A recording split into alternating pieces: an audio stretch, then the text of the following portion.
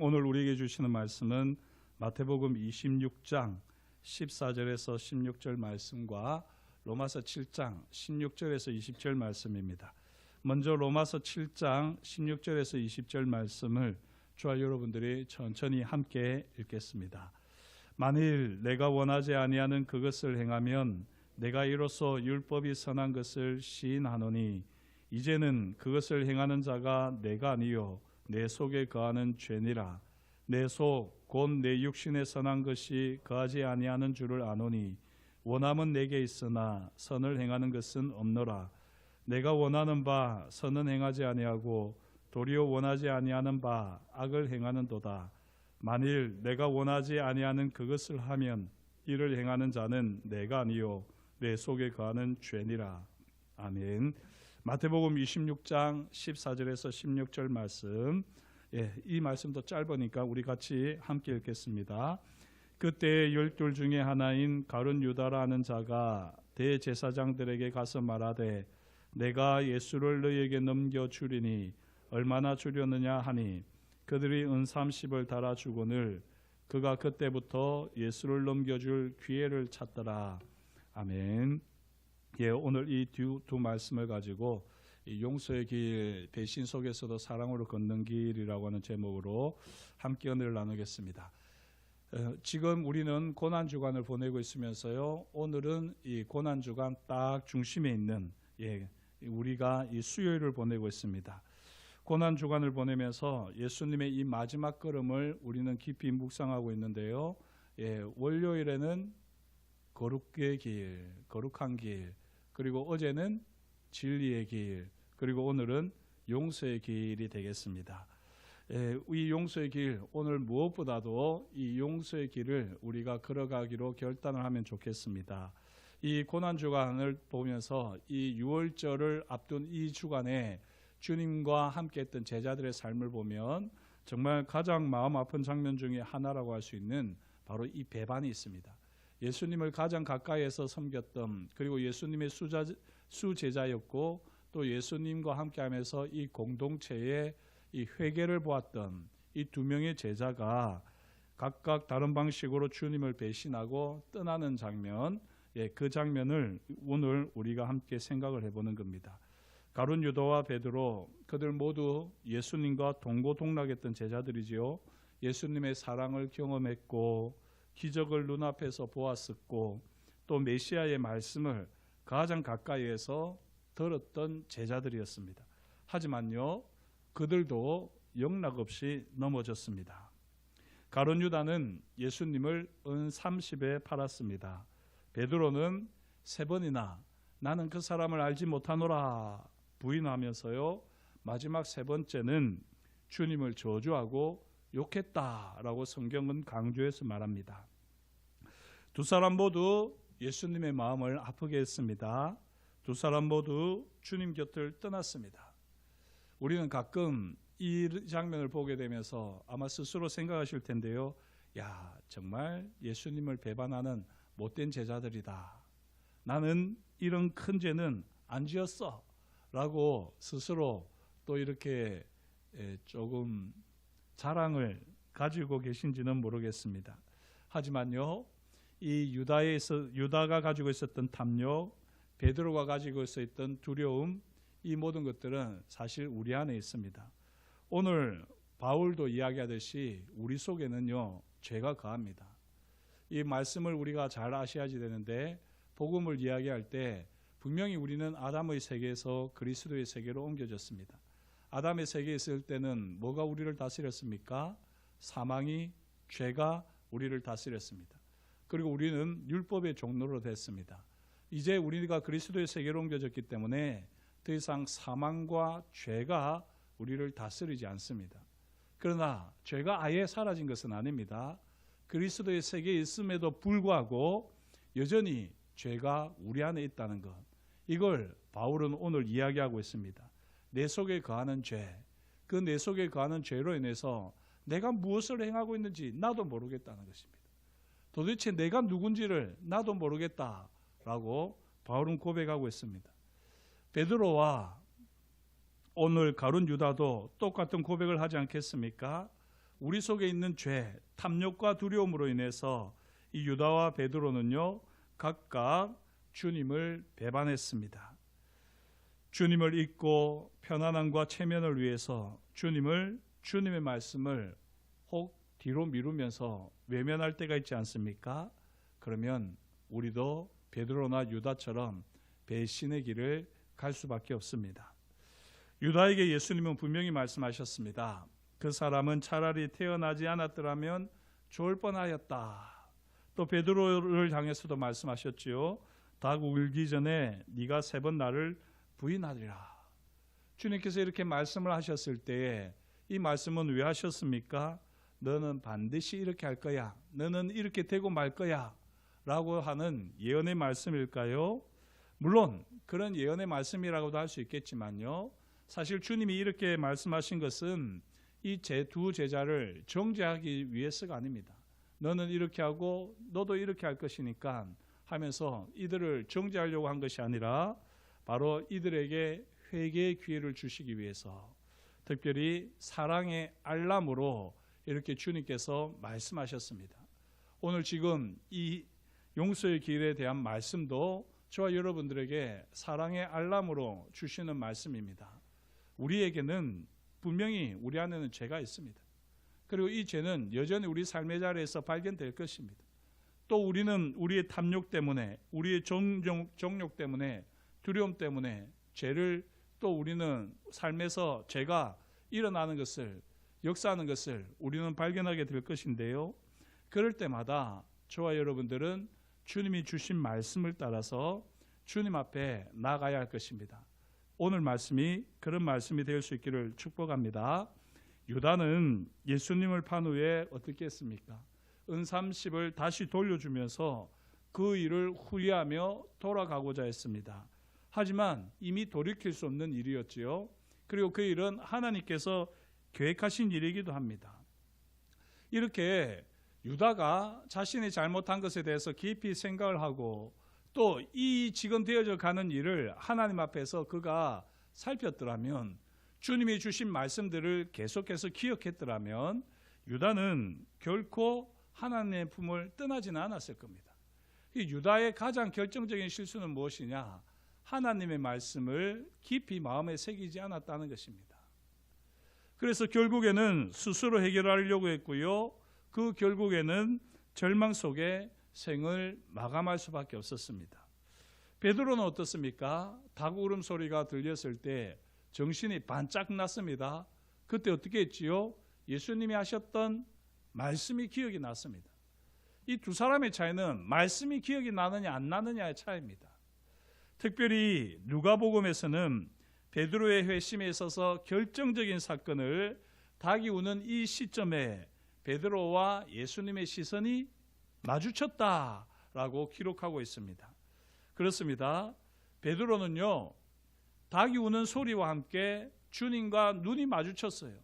그때 예수님이 하신 말씀이 생각이 났습니다. 그리고는 밖으로 나아가서 통곡을 했던 것입니다.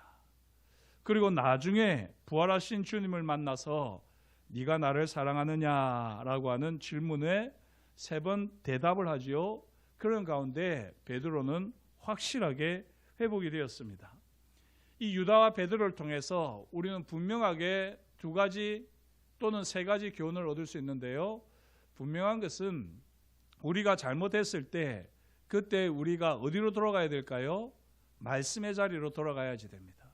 그리고 그 말씀이 우리에 대해서 무엇이라고 말씀하는지를 우리가 확실하게 알아야지 됩니다. 오늘 말씀에서도 나타나지만요, 우리 안에 죄가 있습니다. 우리 안에 죄가 있는 것은요, 죽을 때까지 있습니다. 다시 말씀드리면 우리는 여전히 우리 삶의 자리에서 죄를 발견할 수밖에 없습니다. 죄가 역사하는 것을 경험할 수밖에 없습니다. 아유, 감사합니다 목사님. 제가 죄 짓는 것을 목사님께서 그렇게 허락해 주시니 마음대로 죄 짓겠습니다. 이게 아니죠. 이게 아니지 않습니까? 우리에게서 계속해서 죄는 발견될 것이고, 이 죄가 발견되어질 때마다 우리는 어떻게 해야 됩니까? 예수 그리스도의 십자가 보혈 앞으로 나가야 되는 겁니다. 주님의 보혈을 의지해서 주님의 십자가 은혜, 주님의 사랑으로 우리는 더 나아가야 되는 겁니다. 너에게는 십자가 사랑 외에는 더 이상 필요한 것이 없어. 십자가 사랑이 아니고는 너는 살아갈 수 없어. 이걸 계속해서 끊임없이 우리에게 기억나게 하시려고 우리 안에 죄를 남겨두셨습니다. 이것도 아주 또 신학적으로 따지고 들면은 문제가 될 수 있는 표현이기는 합니다만, 그렇게 죄는 우리 안에 있습니다. 그리고 이 죄가 우리 가운데서 역사할 때 나도 내가 누구인지를 모르겠다. 바울의 고백이었고요. 또 베드로의 고백이기도 하고 가룟 유다의 고백이기도 합니다. 이럴 때 우리는 말씀 앞으로 나가서 지금 죄 가운데 있는 나, 죄가 드러나고 있는 나, 내 속에서 역사하고 있는 나, 죄가 역사하고 있는 나, 이 나를 하나님 앞에, 주님 앞에 정직하게 드릴 수 있어야지 됩니다. 그리고 또 이 베드로가 잘한 것이 무엇이냐면, 가룟 유다가 잘못한 것이 무엇이냐면 공동체를 떠났고 머물렀다는 것입니다. 가룟 유다는 자기가 잘못한 것을 알고는요, 스스로 부끄럽게 여기고 그리고는 공동체를 떠났습니다. 그런데 베드로는 그렇게 하지 않았어요. 베드로는 자기가 잘못했지만 그러나 그 공동체에 계속 남았었습니다. 이게 결정적인 차이입니다. 하나님의 말씀 앞에 선다는 것은 결국에는 공동체 안에 머무르는 겁니다. 어떤 일이 있어도 말씀을 떠나지 마십시오. 어떤 일이 있어도 공동체를 떠나지 마십시오. 누군가가 불편할 수 있고 누군가가 미울 수 있고 누군가 때문에 괴로울 수 있겠지요. 하지만 우리가 공동체를 떠나서는요, 하나님의 사랑을 경험할 수 없습니다. 하나님의 말씀을 강력하게 경험할 수 없습니다. 베드로가 잘한 것은 바로 이 하나님의 말씀이 떠올랐고, 물론 하나님의 은혜였습니다만 하나님의 말씀이 떠올랐고 공동체를 떠나지 않았다는 겁니다. 여기서 한 가지 우리가 더 얻을 수 있는 교훈은, 저와 여러분들도 이런 공동체가 되어야 되지 않겠습니까? 저와 여러분들이 이 용서의 길을 걸어가게 될 때에 정말 우리 공동체는 용서하는 공동체가 되어질 줄 믿습니다. 허물이 있고 실수가 있지요. 없는 사람이 어디 있겠습니까? 많고 적고의 차이고 또 잘 드러나고 드러나지 않고의 차이지, 다 우리 안에 죄가 있고 죄가 역사합니다. 다 허물이 있습니다. 그러면 다른 사람을 통해서 나를 보고 나도 저런 실수를, 저런 죄를, 허물을 또 하나님 앞에서 보이겠구나 여기고는 그렇게 내 자신을 하나님 앞에 올려드리면서 또 함께 그 허물이 보이는 사람, 연약한 사람을 위해서 기도해 주는 게 바로 용서의 길을 가는 공동체가 아니겠습니까? 베드로가 이렇게 회복될 수 있었던 것은 제자 공동체가 그랬다는 겁니다. 왜요? 베드로만 배반한 게 아니거든요. 다 예수님이 잡혔을 때 다 도망갔거든요. 그렇기 때문에 베드로의 배반을 가지고 손가락질을 할 만한 사람은 아무도 없었습니다. 만약에 있었다면 십자가에 머물렀던 요한과 또 그 여성 제자들이었을 겁니다. 하지만 그들은 주님의 사랑에 대해서 온전히 집중하였고요, 이 제자들의 허물에 대해서는 관심을 두지 않았던 것입니다. 저와 여러분들이 이 용서의 길을 꼭 걸어가는 하나님의 사람이 될 수 있기를 주의 이름으로 다시 한번 축복합니다. 주님은 우리가 주님을 배반한 일에 대해서 묻지 않으십니다. 이 요한복음 21장을 통해서도 우리가 보면 알 수 있듯이 주님은요, 우리가 배반한 일에 대해서는 묻지 않으세요. 우리는 그런 걸 좋아하잖아요. 왜 네가 그랬니? 어떻게 하다 그랬니? 얼마나 그랬니?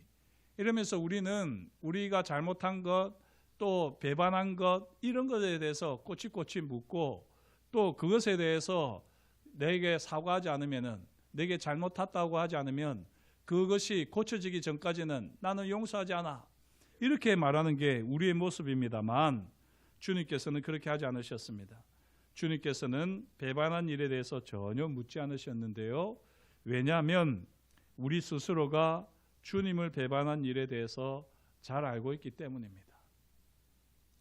그래서 주님께서는 우리의 배반으로 인해서 괴로워하는 우리에게 왜 그랬니? 라고 묻지 않으시고요, 오히려 뭐라고 물으실까요?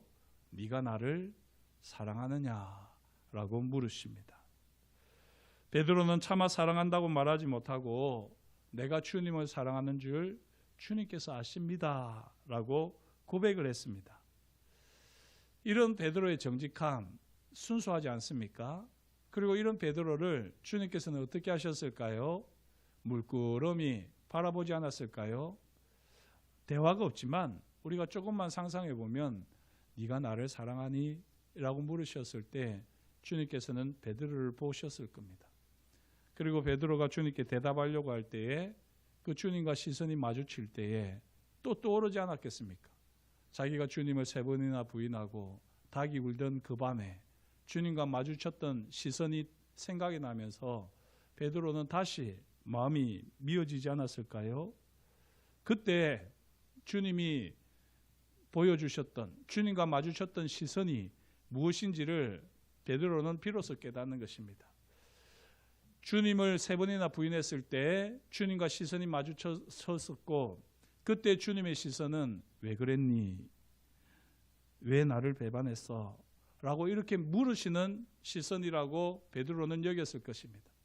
하지만 지금 주님께서 네가 나를 사랑하느냐 물으시는 이 물음과 함께 보여주시는 이 시선, 주님과 마주치는 시선을 통해서 그때 내가 배반했을 때 주님과 마주쳤던 시선도 나를 책망하는 시선이 아니라 바로 이런 시선이었다는 거죠. 그래, 내가 너를 안다.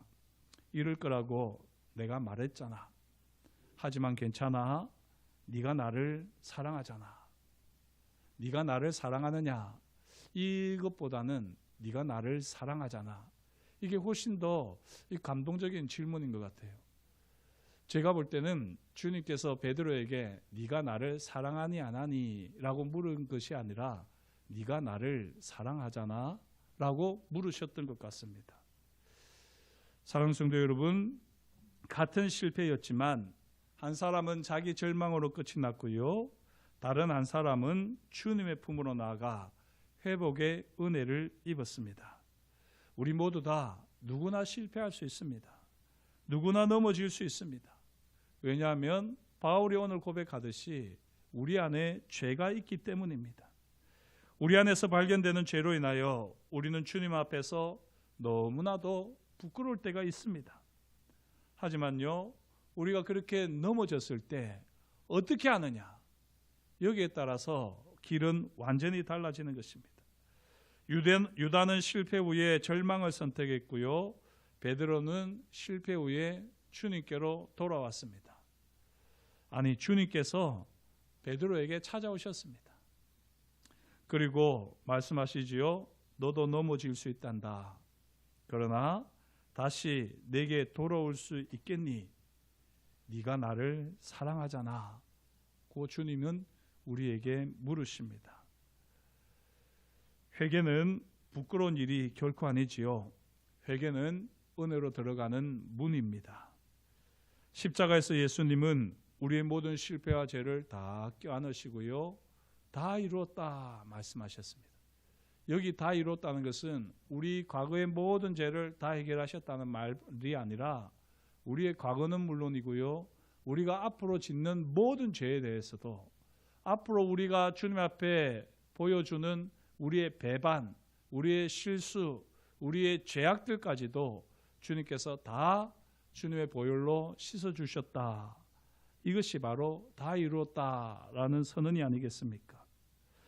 유다처럼 자기 죄에 붙들려 사는 것이 아니라 베드로처럼 회개하고 돌아와 새로운 사명과 사랑으로 살아가시기를 주의 이름으로 축복합니다. 주님은 실패한 자도 다시 부르십니다.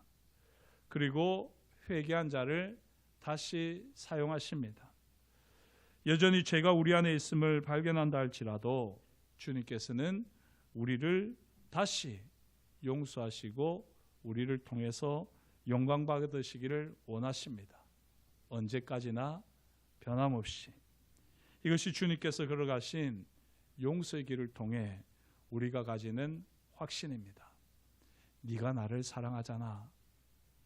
이 주님의 물음이 저희 여러분들의 삶의 자리에 항상 있기를 축복합니다. 나도 나 자신을 용서할 수 없을 때, 나도 나 자신에 대해서 실망했을 때, 그래서 나 스스로는 더 이상 주님 앞에 나아가기가 너무나도 부끄럽고 힘겨울 때, 그때 주님의 음성이 들려야지 됩니다. 그래도 네가 나를 사랑하잖아.